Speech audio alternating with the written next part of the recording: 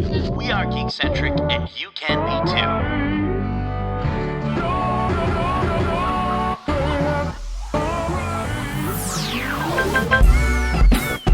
Love ya.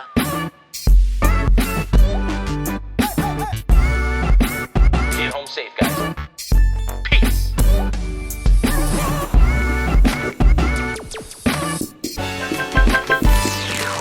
Oh, hi there, geeks, and welcome to the Geekcentric podcast. My name is Nate, and in this episode, Batman gets new wheels, James Bond versus COVID-19, and HBO's got something up their sleeves. But first, if you're joining us for the first time, this is a weekly show covering the world of film, television, gaming, toys and collectibles, and all things geek-centric. Joining me on the show, we have the James Bond of making content, Justin. What's up, y'all? And to his right, my left, we have Kevin, the Candyman Killer Hudson. Oh, yeah. I'm starting to slay horror villains. I like it. I Yeah. like it. Well, yeah, I always thought maybe you aren't the Candyman. You're the one who kills the Candyman. Right on. We're going to be talking about the Candyman a little bit later in trailer time. But how have you guys been? Good, man. Yeah? Good. Yeah. Yeah. Doing good? Really good. Really good. Another week. Another week. And Yeah. another dollar Here being we are. made. Yeah. I wish. It felt like it went by quickly. Yeah. Yeah, it did feel like... Well, we were saying, too, because we were talking about the weather last week because we had that snowstorm. Yeah. Right? And, like, now the weather is just, like, nice and warm. It's sunny. All the snow beautiful. is melted. It's Can we keep that up? How do we keep that up? just, Mother Nature just needs to keep doing her thing. And Very cool. Well, listen, let's jump right into Whatcha. Let's see. Who wants to kick it off? Ooh, okay, I'll kick it off. Whatcha? Okay, so based on Nate's recommendation, I started watching The Outsiders. Ooh. And I'm actually all caught up. Yes. Right up to the latest episode that aired this past Sunday, episode 9. It's weird, man. It's the kind of show that I got through the first episode and was like, oh, this is an interesting mystery. Yeah. And then when it starts making that turn to where it's going a little bit not conventional to what you would have expected, Yeah. it's kind of intriguing where they're going with it, and it's eerie and it sticks with you. So Ben Mendelsohn, oh man. Yeah, we talked about it in the podcast before, right? Yeah. He's so good. Kevin, have you started watching it? I haven't yet. Okay. I haven't yet. I'm trying to think about not trying to give spoilers here. Right. It's but tough. It's hard to talk about the But show without giving spoilers. The twist that ends up happening in the show is kind of, it's unusual. Yeah. I like it though. Yeah, it's eerie. I just thought it just kind of stuck with me. It was just, it's the type of horror that just gets under your skin. Jason Bateman directed the first 2 episodes. Yep. And he's obviously involved in the producing. But those first 2 episodes, the tone of them really gets set, and then everyone after that has been on board for directing episodes has kind of kept that consistency of that eeriness. The music is a huge driving force in that whole thing, just how uncomfortable everything feels. So Yeah, it's interesting. There's not really too many jump scares. I was expecting more of that from it's the eerie. conventional horror, Yeah. but it's eerie, right? Yeah, it Yeah. sticks with you, as you said. It really is a horror. It's Yeah. definitely more of a horror vibe than it is a crime mystery thriller that I think it kind of gives off based on. Yeah, that's kind elements. of how I interpreted it based on what I've seen so Yeah, you far. should But see I it. guess being by Stephen King, right? What else can you yeah. really expect? It hinders more closer to The Shining. I feel like it just gets under you. So, yeah, I loved it. It's been great. So I'm all caught up. I can't wait for the last episode. is it the last? Yeah, I think they're at episode 10 is going to be their last this episode. coming Sunday. So I'm excited to see Ooh. it. What else? I also watched Bombshells recently. Oh, did you catch that? Yes, I did. Okay. I did catch it. I don't know why I had a British accent just now. I caught it on the Apple TV. Yeah. Yeah. I really enjoyed that one. I really liked The Big Short. Steve Carell, Ryan Gosling. Yeah. Yeah. I loved that. It's Adam McKay who directed it. I love that movie. I love how they were able to do the fictional side. Sorry, not the fictional side, the narrative side, while also giving you the informative side about where this inspired real life event Right. kind of comes from. Bombshells does it very well. Yeah. So I think it's very similar. Who would have ever guessed Adam McKay would turn into a decent filmmaker? All right, yeah, and it's that's what I was thinking. I loved Big Short, and Vice was really good. Not to the same degree as Big Short, but Vice was really, really good. But Adam McKay's done. He's known for his kind of more slapsticky kind of comedies. Although I think he was known for that, and Yes. now he's, No, he's sort of getting a transitioned. new reputation. So he's good on him. transitioned. So definitely worth checking out, Kev, if you haven't seen it. No, I haven't, but I'd like to. Yeah, it's very good. Other than that, nothing much. Just been working on this endless YouTube video. We've made some serious progress on it. So now it's just a heavy amount of post-production work, and we're hoping to get it up by next week. I feel like that's kind of it gets the ball rolling. You know what I mean? Like we've kind of been a little bit behind, I guess, in getting back. But I think I think at the same time, like at this time last year, we were on a hiatus. Kevin said, and like we're coming back with season 3 of what we do on our channel. So Sweet. that's what we're looking at, and it doesn't really matter. We just want the video to be really, really good. Yes. And not just going out for the sake of, people have been, we've been gone for so long. It's like, we've been gone for so long. Yes, we've been taking a break. We've been resetting. I think it's important for creators to just do that and not to get too bogged down by the grind of constant content because it's just also we're doing what Hollywood should do more often. And instead of setting deadlines and release dates, we're putting it out when it's ready. Yeah. Yes. Not rushing to get it ready on time, Ooh, Yeah, for sure. Hot takes on Hollywood from Kevin Hudson. Big surprise. No, but other than that, that's been it. Cool. Kevin, whatcha? Oh, I'm so boring in this category. It, like you said, it does feel like we were just in here sort of talking about all the other things, that I was watching to sort of get ready for that episode. And I have to be perfectly honest, my beloved Maple Leafs are in a heated playoff race. Oh my gosh. And so that is absorbing a lot of my life.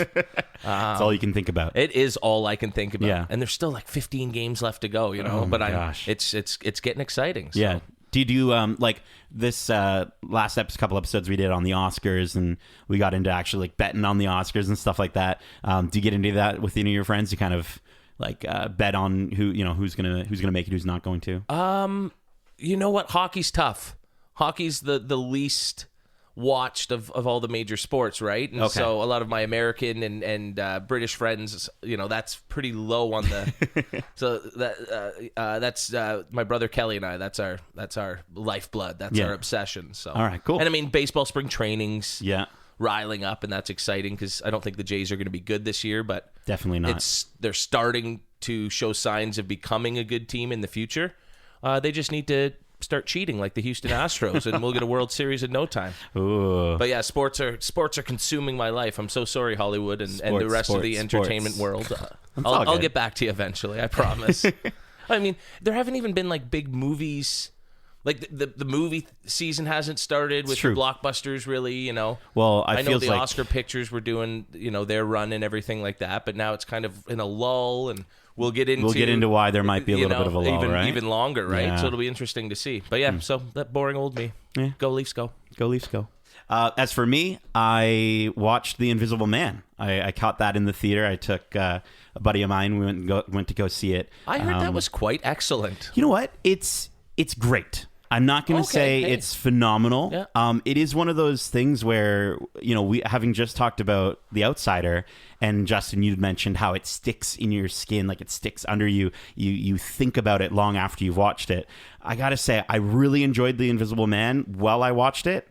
After I watched it, I kind of forgot about it. It was literally, I was at work the next day, sitting, and two people were talking about it, and then I overheard their conversation, and I thought, oh yeah, I just watched that last night. So it's great. I mean, the acting in it is amazing. Elizabeth Moss is phenomenal. Big shout out to Handmaid's Tale. Got to watch that show. It's unbelievable. But yeah, The Invisible Man. It was good. It was a great horror movie. I hope, I know it's doing well in the box office. I hope it's not going to have more of them. I think it's a good one and done. And yeah, you should definitely go see it if you get a chance in the theaters. And then I also got to watch Dunkirk. For the first time ever, and I got to see it in IMAX. The only way to see it. Right? You saw it in the Cinesphere again. Yeah, right? I went to the Cinesphere again. They were doing all the different Nolan films, and I went again. This time, it was a little bit more. There weren't as many people in the theater. I guess it's not as popular as Interstellar, but it was good. I can't say I enjoyed it anywhere near what I enjoyed Interstellar or any of his other films.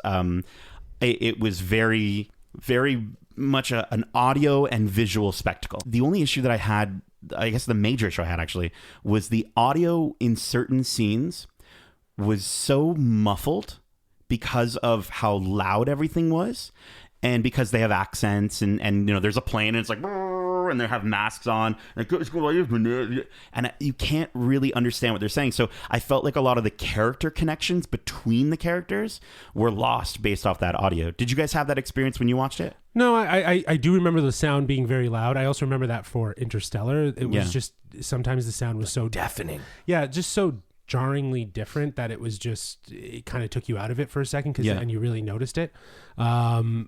Did you catch though in Dunkirk, Michael Caine?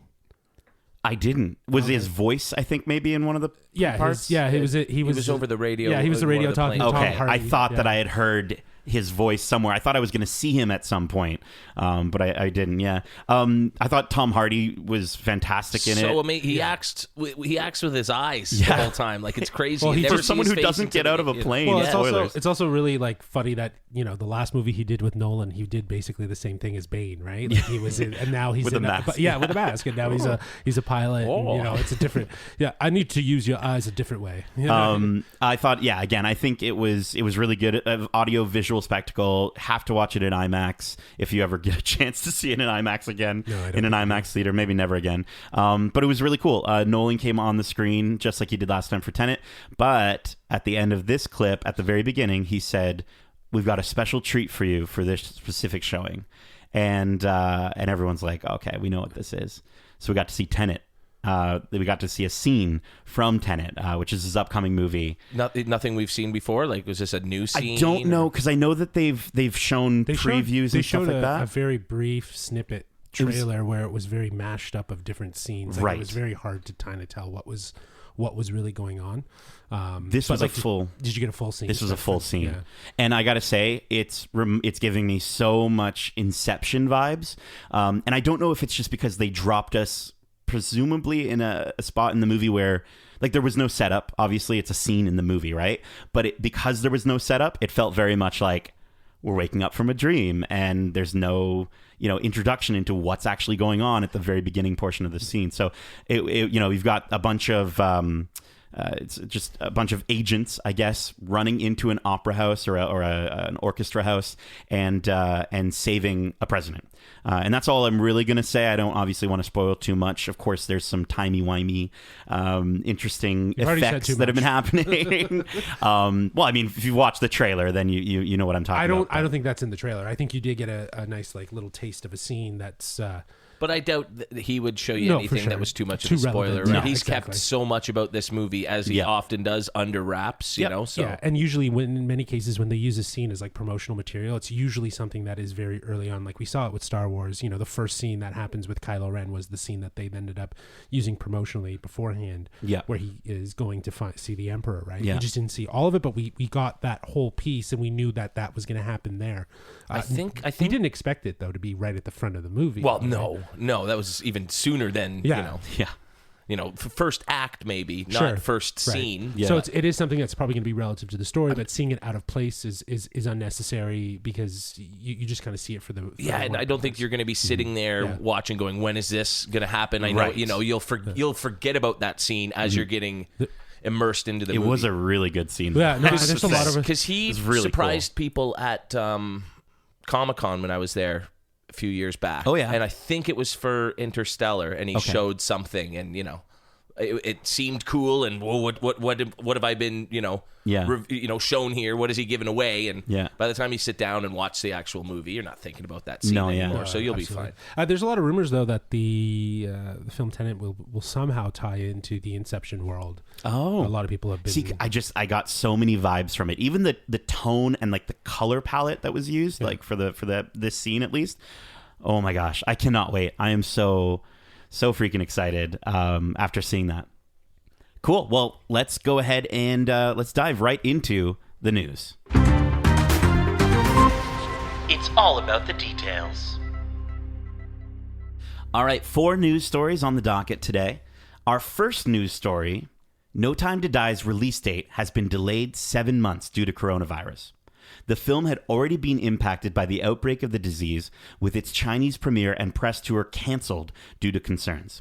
On the official James Bond Twitter account, it was announced that the film had been pushed back from its original April 2020 date and will now debut on November 12th, 2020 in the UK and November 25th, 2020 in the US.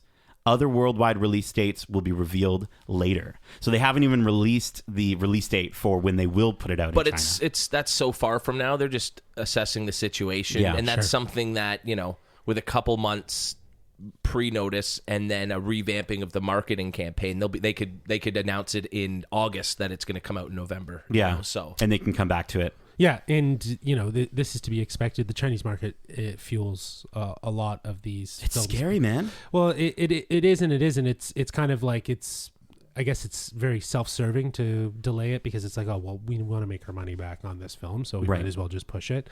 There's a lot of talks in Hollywood right now with a lot of movies like Fast 9, Black Widow's coming out soon. Obviously these are further out into the year, but no one knows the current situation, and people are obviously, I think it's unusual, I guess, is that this is happening, when the release was April. Yeah. So that's not too far away. Yeah. But November is actually the Bond month. You think it's a better month for Bond? That's the typical Bond month is November. You guys get... But now they're going to go up against a few big movies. I can't remember what's coming out. Eternals comes out in November as well. But they're saying that if this goes on as long as it did, Disney might potentially push Black Widow to the Eternals date and then pushing Eternals back to 2021. Yeah, this might start a domino effect. Well, do you think Mulan, with all studios? Do you think Mulan is going to be hitting its date this month? I think they already announce that. Maybe not. They could. Yeah. It might be unclear though now if maybe over the next few days we might hear something. Just because that movie's coming out in March. Yeah. Much sooner than this month. Yeah. It's right. Yeah. But I mean, but you hear about you hear about the situation over there. I mean, having movie theaters, having people sit, not touching each other, like have to sit one seat apart, selling half the tickets. That's my dream. Yeah.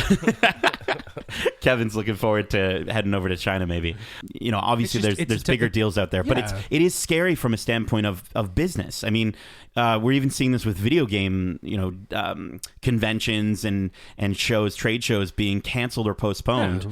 They might even push back the release of like some of the hardware. Well, yeah, no, for sure. And it makes sense, but, to me, it's like the smaller businesses, like those are big businesses that can, take a hit right now. Yeah. You know what I mean? And probably bounce back from that hit pretty quickly. Whereas there's like, places in your local community, like restaurants and convenience stores that, because of who operates them and who goes into them, people aren't going in and business is bad for them right now. It's so sad. The reality is that it's not just stemming from this idea of like a biological threat to humanity. It's like now stemming its way into sort of like other issues that are it's going to have a severe and consequential impact on the entire global economy for sure. Oh, yeah. But I think, we have to be responsible as journalists ourselves to not sort of hype up the hype machine that's going into it as well. Yeah, be optimistic. But I'll just say with regards to Bond alone, I found it surprising. The last one made $90 million in China alone. And so you can see just how big the global box office is for a movie like that. And so it almost makes sense because I was saying to somebody the other day, like, because I mean, when I first saw the article, I went, I just saw that it had been pushed and I was like, oh man, that just means it's lousy and they got to try and do, and or then there's something wrong, reshoots exactly. and what have you. And then it was like, oh, that's why. Okay. Yeah.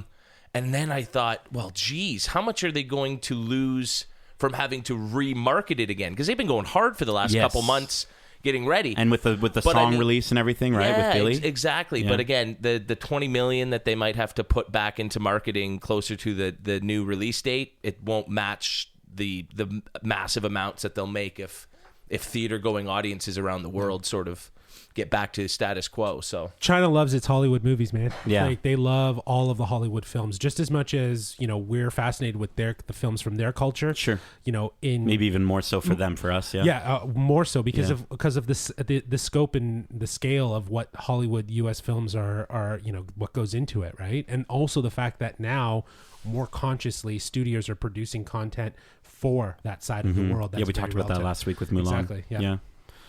Next story here, number 2. The Batman offers first look at the Batmobile. This from Aaron Couch and Graham McMillan at The Hollywood Reporter. Batman's new ride has been revealed.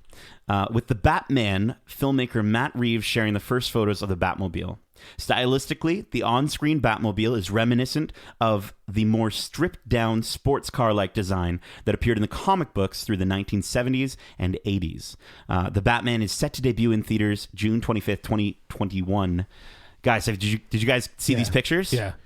Oh my gosh! Yeah, I like that. I love it. Is it a Mustang or a Camaro that it looks like? It's maybe a bit of both, like a muscle car in general. Yeah, no, right? a muscle car for sure. What's nice is that it kind of continues the same sort of aesthetic that we got that little peek when we saw his costume. It's very, built. Yeah, you know what I mean, like it's and very small. Yeah, he's a smaller Batman. Yeah, but like I think again, it's what we're gonna see in this one is something that's more Bruce Wayne as like the Tony Stark, if you will. Okay. Right? Like I know that's an odd comparison. Sure. Not really, but no, they're both billionaire playboy, right? But he's going to build his things, right? Yeah. Like he's going to be more about like engineering how he could do his job as Batman better, right? That's cool. And it'll be more grounded in reality. Yeah, well, I think this is just going a little bit deeper with what Nolan did, right? Like with what Nolan kind of scaled up from Batman Begins into The Dark Knight and then into, The Dark Knight Rises. Yeah. I think at least this is like this is the Batman Begins, but in a different period of time. Cool. A different sort of. Yeah, like when do we think it's set? I mean, based off the pictures, I think it's going to be like the 70s or 80s. The suit might as well be like a World War II combat sort of stuff, and I think that's why this looks more, like you said, a 70s sports. It's very interesting. It'll be cool if it's like an older time setting. Does the aesthetic of the car match the aesthetic of the suit from what we've seen so far? Not from what we've seen so far, but like the colors, the tones you see look the same based on these photos. Black. Well, just like that grayish. Oh yeah, black. that color. Yeah. Black. It's kind of a common trope with Batman. But no, with the red hues and everything. Yeah. I don't know. I'm just wondering when Dom Toretto's going to come out. Where's that crossover? We've got to save Gotham from No, you don't. Save it for the family. It's all about family, Bruce. I'm your brother, Bruce. Oh, geez. Dom's related to John Cena and Bruce Wayne. Yes, let's go. I'd watch that. It really is all about the family with that guy. Check out those photos over on the on Matt Reeves' Twitter account. The next story we have, this is an interesting one. This was brought up, Justin, you brought this up today. Taika Waititi making not one, but two Charlie and the Chocolate Factory animated series for Netflix. This is from... Correction there, it was actually Kevin who brought this up. Oh, okay. I broke the news, okay? Thank you, Kevin. Thank you for breaking the news from Dave McNary over at Variety. And I heard it through somebody else, so it's, Taika Waititi is partnering with Netflix on a pair of animated series, one based on the world of Charlie and the Chocolate Factory, and another based on the Oompa Loompa characters. Which is also the world of Charlie and the Chocolate Factory. Waititi, who won an Academy Award for Jojo Rabbit adapted screenplay, will write, direct, and executive produce both projects. The two Charlie and the Chocolate Factory movies were based on the 1964 children's novel by Roald Dahl. That's a tongue twister there. About the adventures of young Charlie Bucket inside the chocolate factory of Willy Wonka. So, guys, what do you guys think about some animated series from Taika, The Mind of Taika Waititi? I'm excited. I think it'll be charming. Don't get me wrong. Very excited. But when I first saw the headline, I was like, oh, man, he's going to make like a live action TV show and he's going to play, Willy. Like, that's going to be amazing. So we did a total recast on our Halloween episode, and I think I brought up an idea of who did I recast as you Willy said Wonka? Jeff Goldblum. Jeff Goldblum, which I still think would have been pretty great. But I think Taika would have been Taika's the perfect choice. That would have been so cool. So maybe hopefully he will maybe bring himself into... I think he will. I don't think... I think he's always found a way to incorporate himself. Maybe he would put himself as Willy Wonka if that's what this one's going to be about. I'm imagining it. Or maybe he'll do the Oompa Loompa one, and he'll just voice like 12 different Oompa Loompas in 12 different Taika Waititi ways. That would be amazing. That'd be quirky. Or like if they did like almost like we don't know what kind of age range they're going for here. So what if they did like maybe a slightly skewed, slightly older maybe? Sure, but I think if you go with someone like Taika Waititi behind a project like that, you're hitting more of like, it's something that the adults can watch with their kids, kind of thing, right? It's going to fall in that SpongeBob, that Adventure Time sort of style, but on a higher level, though, Yeah. right? Because you have Taika Waititi behind it, right? And as an adult who knows his filmmaking and might appreciate him for that, you'll want to watch it. And if you have kids, in your mid 30s, early 40s kind of thing, and you like Taika, you're going to watch that with your kids, your grandkids, whoever, right? Yeah. It's a good way to kind of share that story. I like that he's doing something a bit, he's kind of following the same trajectory as like Wes Anderson. You know what I mean? Yeah. In the sense now he's kind of getting into Animation. Who knows what that's going to open for future projects, right?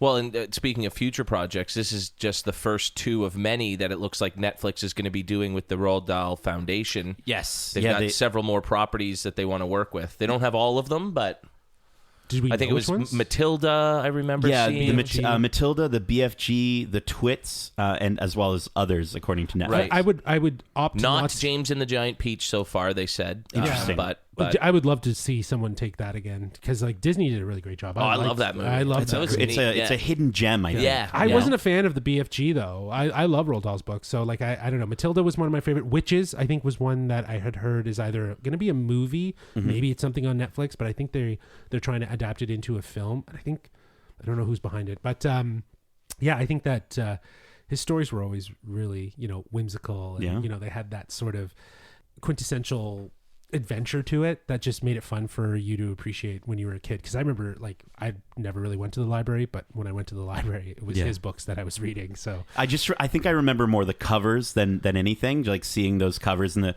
the very specific art style. Do you think these series that they might put out, are they going to do this all in one, RDCM, Roald Dahl Cinematic Universe?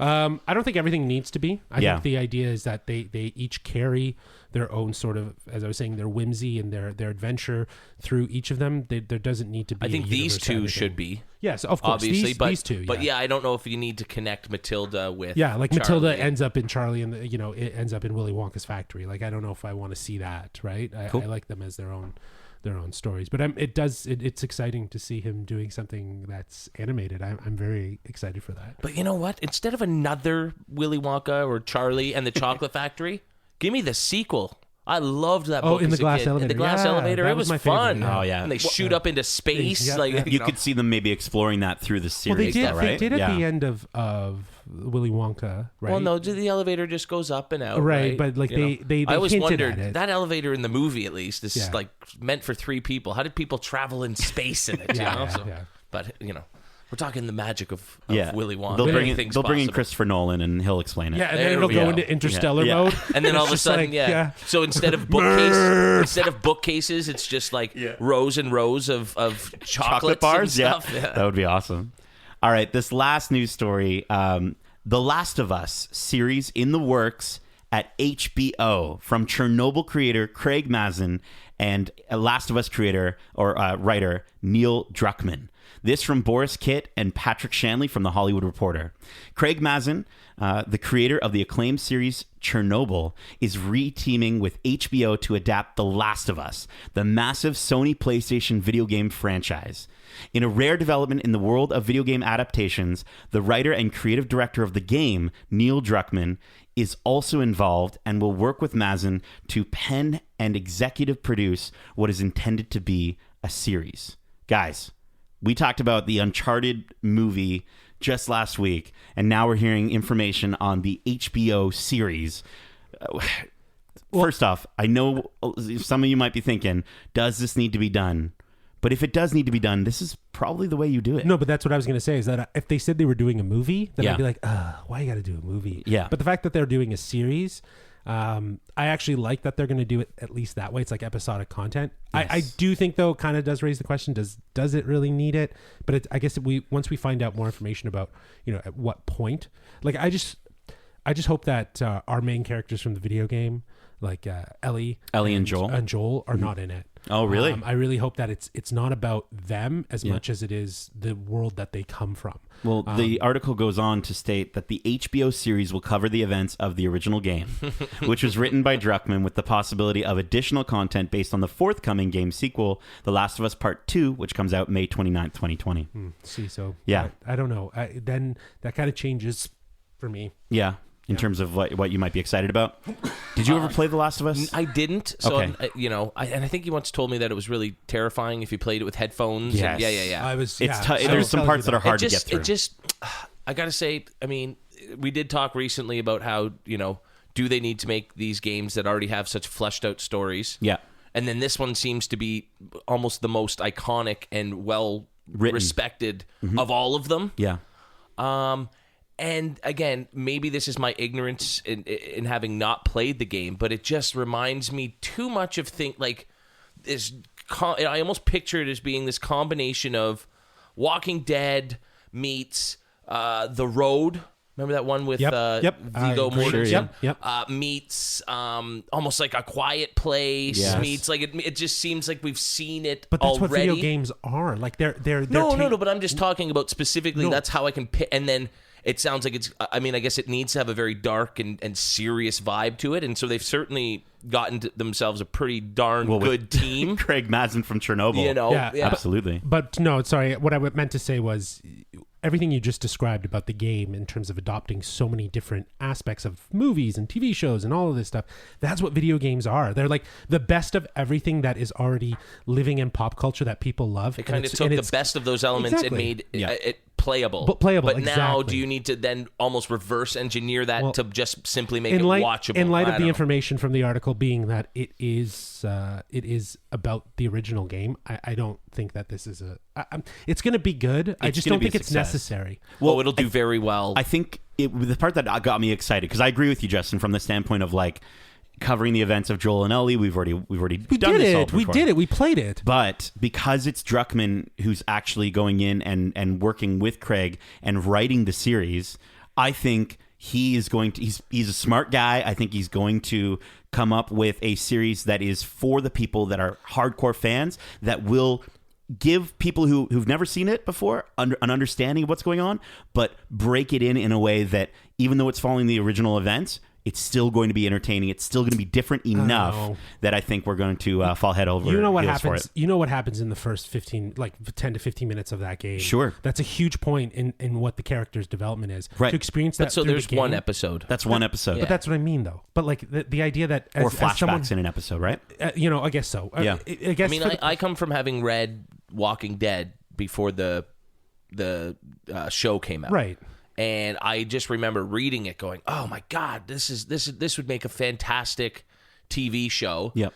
And they even broke it down in the volumes and everything that I would have for each season. Yeah. And that lasted about 3 seasons, and then they start veering off and making it their own thing. Whether that works or not, I can sort of see a similar set of circumstances here where they take the template, they take the similar story arcs and beats and everything like that, and eventually it'll become its own thing. Yeah, I could see. As somebody how it who, will.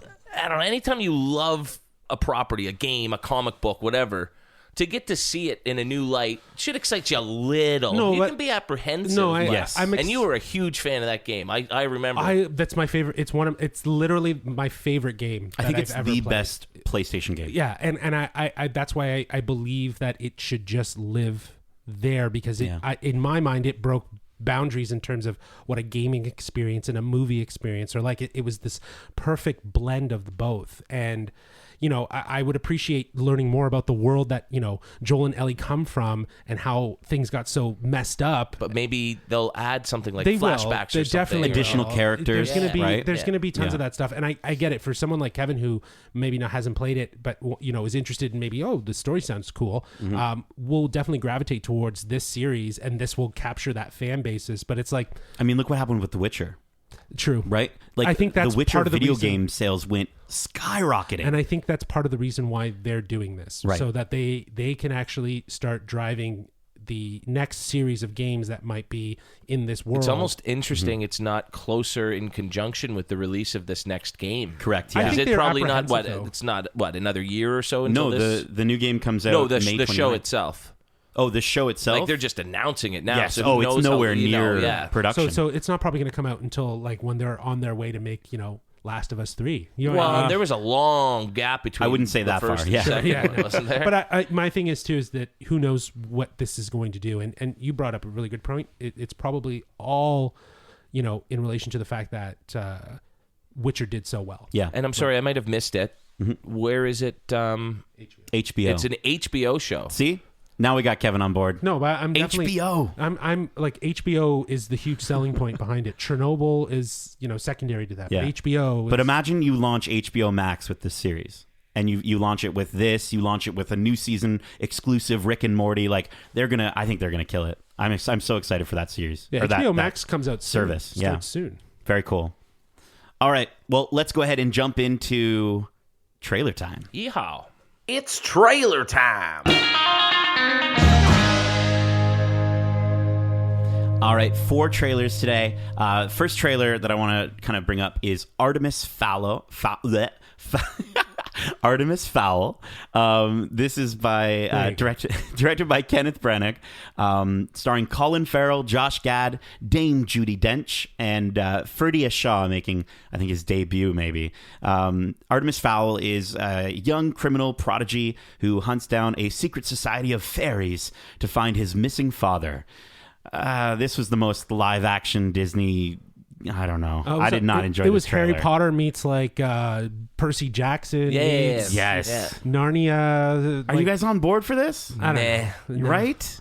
One of my brothers read this series and loved it. Yeah. Darcy. So I might have even been Sandy. I'm not sure. I'll have to ask them. Yeah. Because, I mean, I just kind of am finding out about this. For sure, yeah, But yeah. I recognize the name. So I know it was, one of those YA young successful adult series, And this- that never caught on the same way Harry Potter did. Oh no. None of them can even compare. And there's a reason. Right.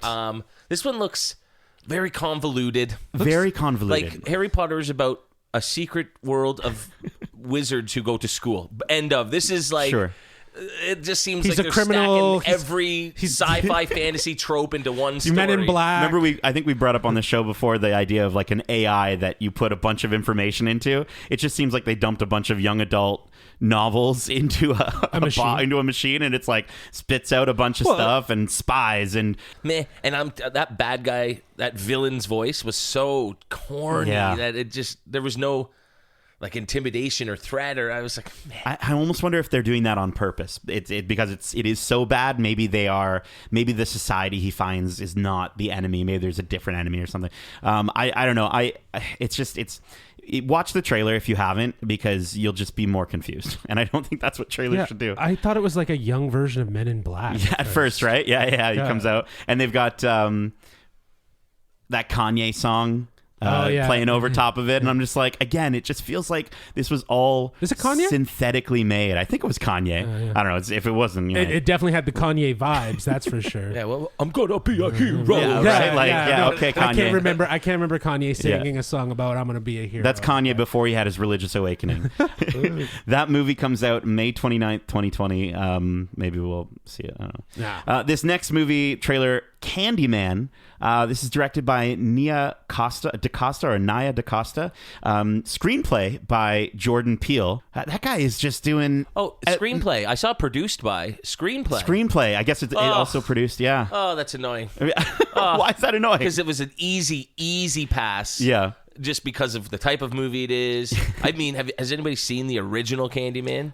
That is a cult horror classic that Really? did not age well, and I was thinking of watching I think it. it had a certain vibe to it, and, and maybe a particular audience that it would sort of resonate with a bit more. Yeah. Being set in the projects, being sort of preying on these sort of relationships, and it's a lot to do with race and everything like that. For sure. But this just feels like the soft reboot / sequel that nobody asked for. Right, because I believe I did a bit of research on it because I haven't seen the original movie, but apparently Yahya Abdul-Mateen, who stars in this, is going to be like the Candyman's son or something. Well, the Candyman is this like 19th century slave who was killed barbarically and then comes back and he like quotes poetry, and you can almost hear that in the trailers. Yes. The bees were coming in. Yeah. You know? It's kind of dumb. Yeah. I mean, I don't like horror, so I'm the worst person to sort of speculate Sure. on this sort of thing. But this is even lower than Artemis Fowl. For you, we watched. Really? Yeah, come on. I don't know if I can put it there. I just whenever the name Jordan Peele is attached to something, I know I'm that's why I'm like, damn. Yeah.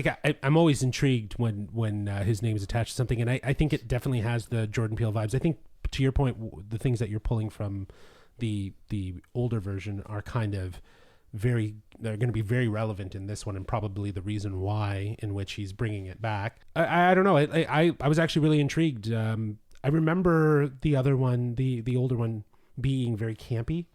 But most things from the 80s were campy, but unintentionally. Very, you know? then like extreme horror, and it looks very like it was very gory. It looked very gooey.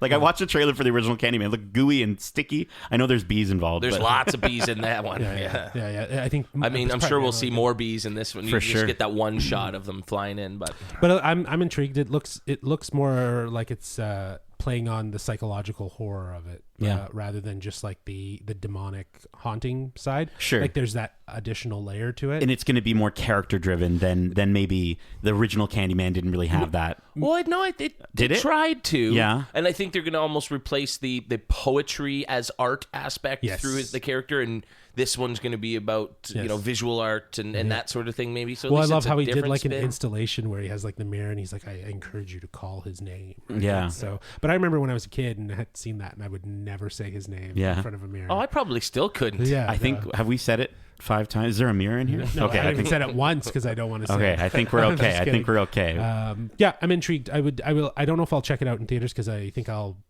jump in my seat and maybe scream.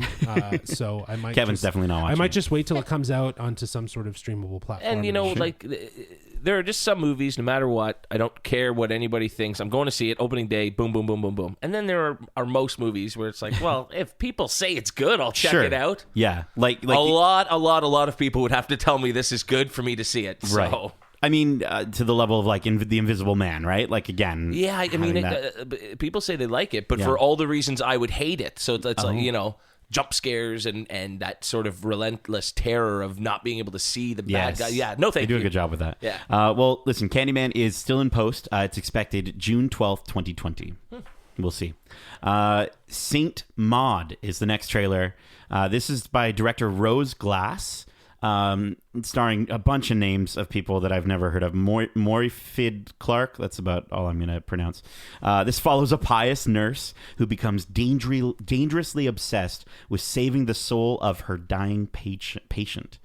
Guys, this trailer looked messed up. Another A24 film. We talked about The Green Knight in our last episode. Yeah, they just make mind bangs. Like mind bangs. It is. Watching that trailer, you feel awful. Like, how is it going to make you feel for a whole hour and a bit? Yeah, it made me uncomfortable. I it's interesting, the sort of very obvious religious connection that it seems to have. Maybe she's like sacrificing herself to some, to like the devil or something like that, right. Like being almost like a new exorcism kind of thing. Sure, yeah. It seems it's. Yeah, I don't know if I'll check this one out. It almost seems too weird. I'm still like I'm mustering up the courage to even just watch Hereditary. Oh right, yeah. So like I mean, it's A24 is doing such a good job with their films, and they're horror we were talking films about too. being struck. We're so stoked for The Green Knight, but this one I don't know. This might be where it loses me. I don't know. Yeah, but A24's had a really solid year. Especially with like Uncut Gems, but they obviously have very unusual ideas, which I can appreciate because at least no one's really doing what they're doing. It's different. Yeah. Cool. That is expected April 3rd, 2020. Big fan of A24. I don't know if I'm going to see you guys that didn't even ask if I wanted to see it. Kevin, do you think you're going to see that movie? Okay, moving on. What's the next one? Here's one that I might like. Yes. I had to wrap up this trailer time with the fourth trailer being the most lighthearted, most very charming trailer for Connected. This is actually by director Michael Rianda and Jeff Rowe. Don't know if I'm pronouncing those correctly. Produced by Chris Miller and Phil Lord, as well as Kurt Albrecht. This is starring Olivia Colman, Maya Rudolph, Abby Jacobson, Danny McBride, Eric Andre, and Michael Rianda actually makes a voice appearance as well. So this is about Katie Mitchell, who's accepted into the film school of her dreams. Her whole family decides to drive together, and their plans are interrupted by a tech uprising. The Mitchells have to work together to save the whole world. It looks fantastic. It looks really cute, but I wish Pixar would do a film like this, because it wouldn't have like killer robots in it. It would actually be like a heartfelt sort of like something a little more actual, right? Sure. Like a little heavier. Yeah, well, not heavier, but like it doesn't need to be heavy, but it's just something that would be fun and quirky on the animation side, have the right amount of adventure, and still leave you with this sort of, family is everything, which this seems to really kind of, in this trailer, it gives you a lot. Right? Yeah, I definitely think like the whole point, the movie's called Connected, right? And so the whole idea is getting people off their screens while they're supposed to be having a conversation or doing a podcast, making sure they're not, on their screens, just looking at their phone. I'm just looking at Kevin right now. He's obsessed with the Leafs, I'm assuming. No, it's all good. I'm very sorry. No, don't worry. I'm joking. So, but no, it looks like it is going to kind of take that aspect of how do we connect deeper as a family? And I think that animation style, like, I like the what is it? 3D, almost cell shading, like it's very Spider-Man into the Spider-Verse, right? Which I like. I like a studio texture. that's establishing their own look. Style. Yes, DreamWorks tried, but it was just bad Pixar. Right. Honestly, it was just kind of bad. Burn. And then all of a sudden, Pixar tried to copy DreamWorks with the new one that's coming with out. Onward? Yeah. Looks very DreamWorks-y, yeah. But this is certainly unique and really nice to look at. So that got me sold, and then the family vibes got me sold. Yep. And then they lost me for a bit when it was like, oh, here's these robots. It's kind of like I Am Robot starring Will Smith. Yeah. And then it was like, oh, no, it's just going to be a fun family adventure. Okay, I'm cool with that. They need that catalyst, right? I wish they had just not incorporated that into the trailer. Like at least just focus on that sort of familial. Hide that part. Yeah, just focus on the family, right? And tell that story. And that would really be a very conveying like trailer. And then, when you're in the movie and you have this like out of, it kind of looks like a longer version of, remember the Simpson episode with Itchy and Scratchy, Kev? When they go to Itchy and Scratchy Land and they all take over. Yeah, you saw that one. Yes, right? I watched it just before we went to Disney World. Yeah, right. So when the robots, Homer's like snapping pictures to kill these robots. What would you do now? Yeah. Right? There is no Kodak shop at the corner of Main Street, I guess USA. we still have Flash on our phone. I guess so, It's not the same. But anyways, it just reminded me when it got to that point of like a family version adventure. Of that. Yeah, because I'm excited to see that pug. I love that moment in the trailer where they're like dog, pig, bread. It's so good. Well, and even just it looks like it'll play on a lot of like the current state of memes and GIFs and then viral videos, those prank videos, like the prank videos where so instead of the guy scaring his mom in 100 different ways, she'll I think that's a fun idea. So well timed. I just hope they didn't give away the best joke in the trailer. Correct. Yeah. But a movie that's like this, that's done really well, the real heart and humor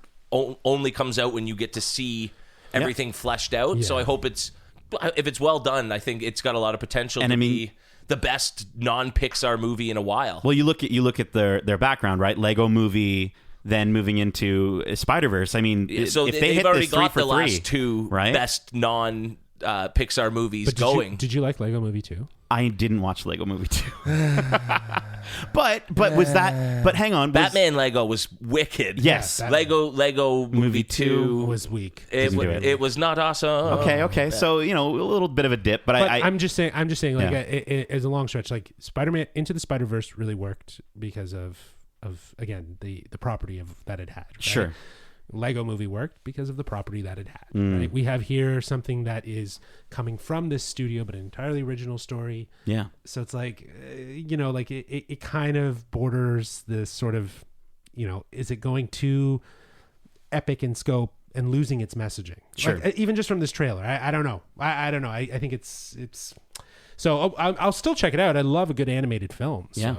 When I first saw like, oh, here's this new trailer for this, animated movie. I don't know. I'm almost biased where I'm like, oh, it's not Pixar. Who cares, right? Right. But it got me. I Yes. was like, cool. Okay, I'm in. I can't wait to cry. We're all going to be crying in the theater when we watch this beautiful family film, September 18th, 2020. All right, perfect. So let's move into the topic of the show.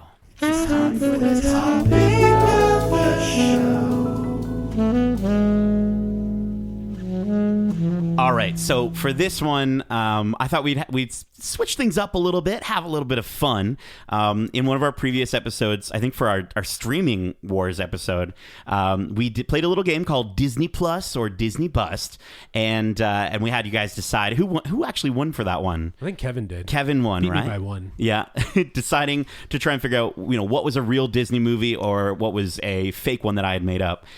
In the spirit of that, we've got a brand new game called Fake or real? What's the deal? Oh, I love that. We might just use that as our soundbite. Amazing. So this is going to be a new segment that we're trying. And essentially, I am going to read out 10 episode titles of a TV show or potentially something else.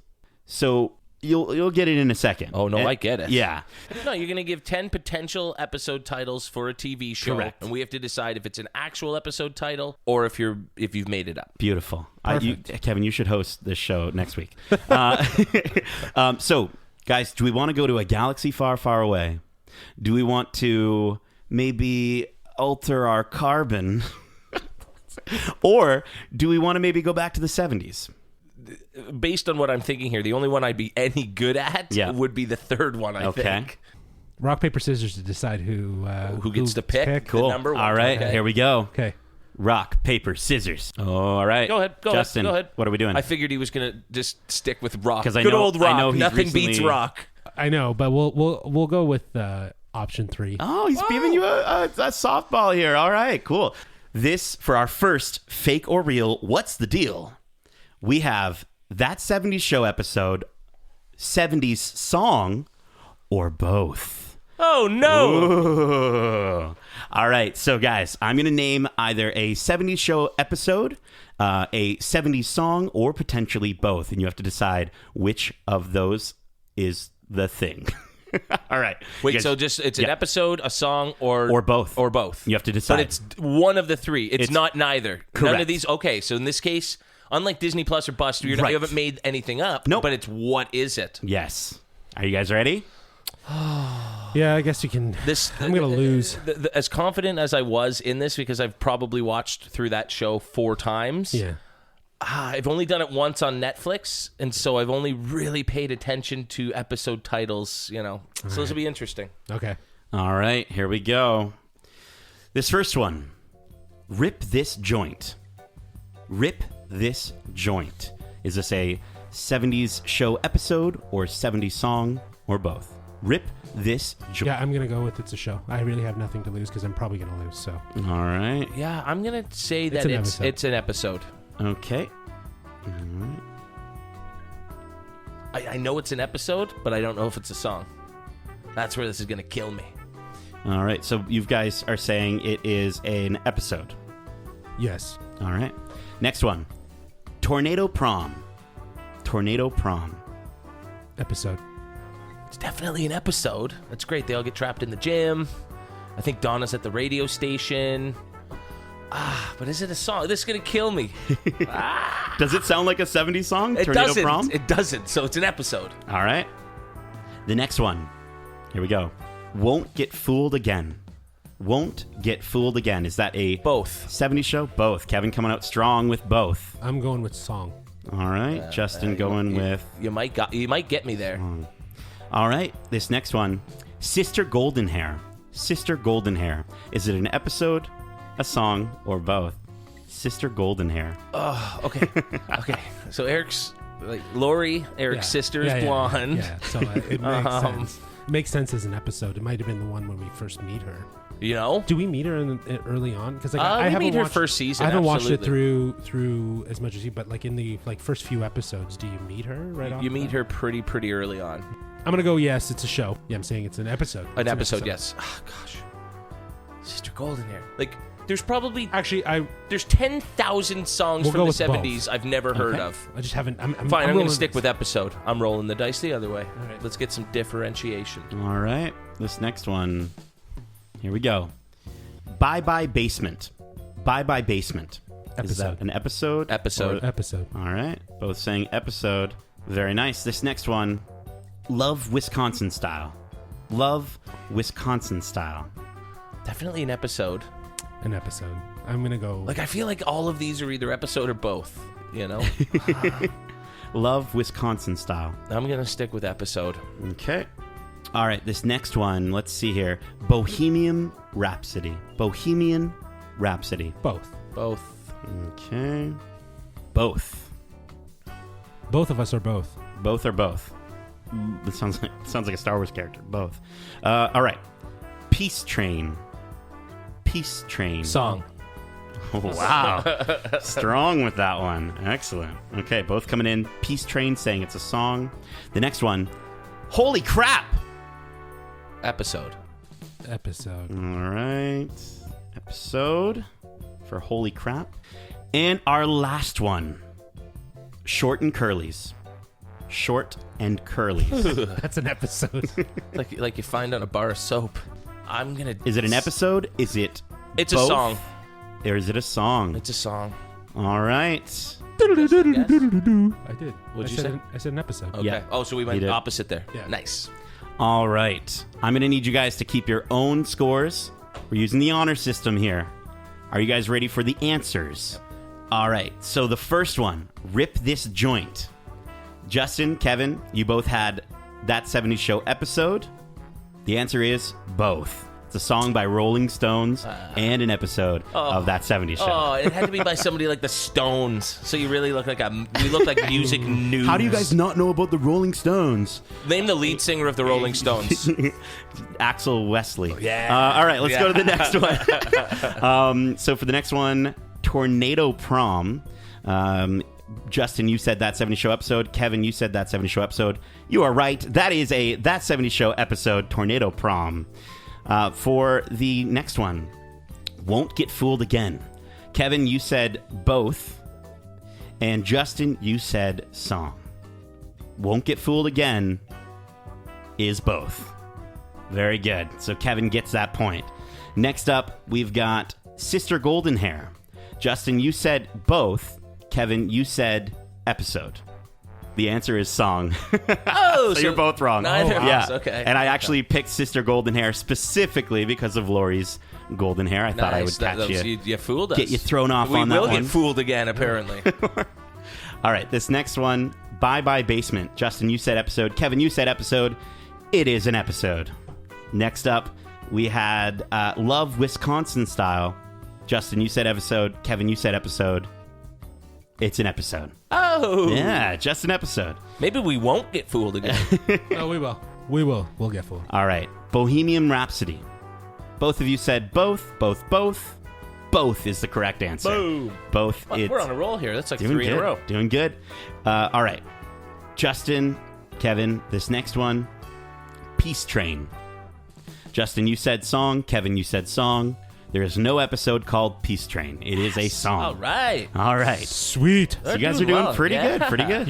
You're what? 1 point ahead of me right now? Just one. Yeah, We've 6 got to 5 with two I think left. 2 left here. And Two I left. think both of our answers are different on both of these. So this is Oh. So the next one, holy crap! You both said episode. okay. The answer is episode. You got it. Excellent. All right, guys. So where are we standing right now? What are we at? I'm at 6. I'm at 7. All right. At 6 and 7. And you guys have a split answer here. Yep. Short and curlies. Grab them by the short and curlies. Justin, you said episode. Kevin, you said song. Kevin, you win. It's both. It's both. It's both. So I got it wrong, but I win. But you still win. Oh, what a tease. Hey, 7 out of 10. That's not bad. 6 out of 10. That's not I'm bad. I knew surprised. I would do okay if it was a That 70s Show. So Right? yeah. Cool.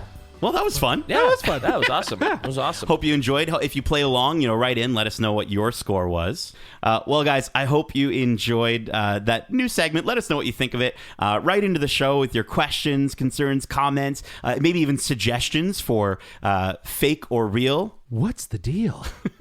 And Justin, where do a Game of Thrones one? I would crush it. Yeah, I'd go 100 for 100. We were thinking about Game of Thrones episode or like romance novel or something like that, which would be pretty great. Justin, where can they write in if they'd like to do so? They can reach us at wearegeekcentric@gmail.com. That's wearegeekcentric@gmail.com. Yeah. Gotcha. Well, listen, we hope you enjoyed this week's episode. If you did, please give us a rating on Apple Podcasts. I actually did get a notice directly from Apple Podcasts, by the way, guys. They actually gave me a notice, said 5 stars is now the minimum that you can give. So, guys, make sure you don't want to mess with big companies like that.